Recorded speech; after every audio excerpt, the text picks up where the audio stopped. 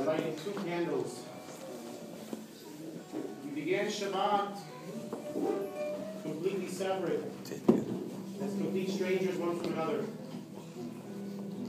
Just as many of us began this trip, completely as strangers, not knowing the person sitting next to us on the plane or sitting next to us on the bus. But thankfully, through the course of Shabbat and this trip, we've become reunited and turned into one big, beautiful flame. That's what's so unique about the Jewish people. Every single person is a flame of their own. But when you put them together, you get a beautiful flame that burns brighter and brighter. Many of us are going home this week after spending 2 weeks in this magical place. This place is more special than Disney World. And I would know I went to both. What happens in Disney World? I don't know what you guys did at Disney World. But what happens in Disney World is something fleeting. You don't know that once you leave Disney World, Mickey and Minnie stay there. You may buy the keychain, you may buy the blanket, or if you're my wife, the 6-foot mirror. But all you take home is souvenirs. The question you need to ask yourself is, what am I going to take away from this trip? Am I going to make sure my flame burns even brighter? And even more so, am I going to make sure I'm going to contribute to the giant flame which is the Jewish people? Jacob went ahead in this week's portion. He gives his last will and testament. And he blesses all the Jewish people according to their unique abilities. And we began this Shabbat with a blessing that I blessed each and every one of you. But I must say I made a mistake. I gave you the wrong blessing. The blessing that Jacob blesses the Jewish people is, you should be like Menashe and Ephraim if you're a boy. And you should be like Sarah, Rivka,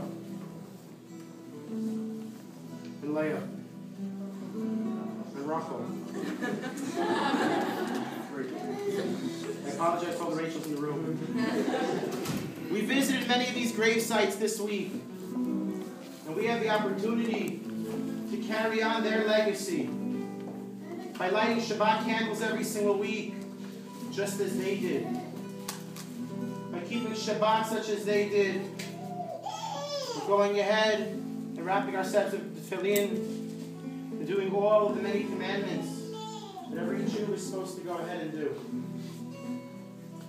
The question is, why specifically Menashe and Ephraim? Why did Yaakov bless his people specifically with these 2 tribes? There were other tribes as well, amazing tribes. Reuven, Shimon, Levi, all amazing individuals, unique in their own right. But Jacob goes ahead and he blesses the Jewish people like Menashe and Ephraim.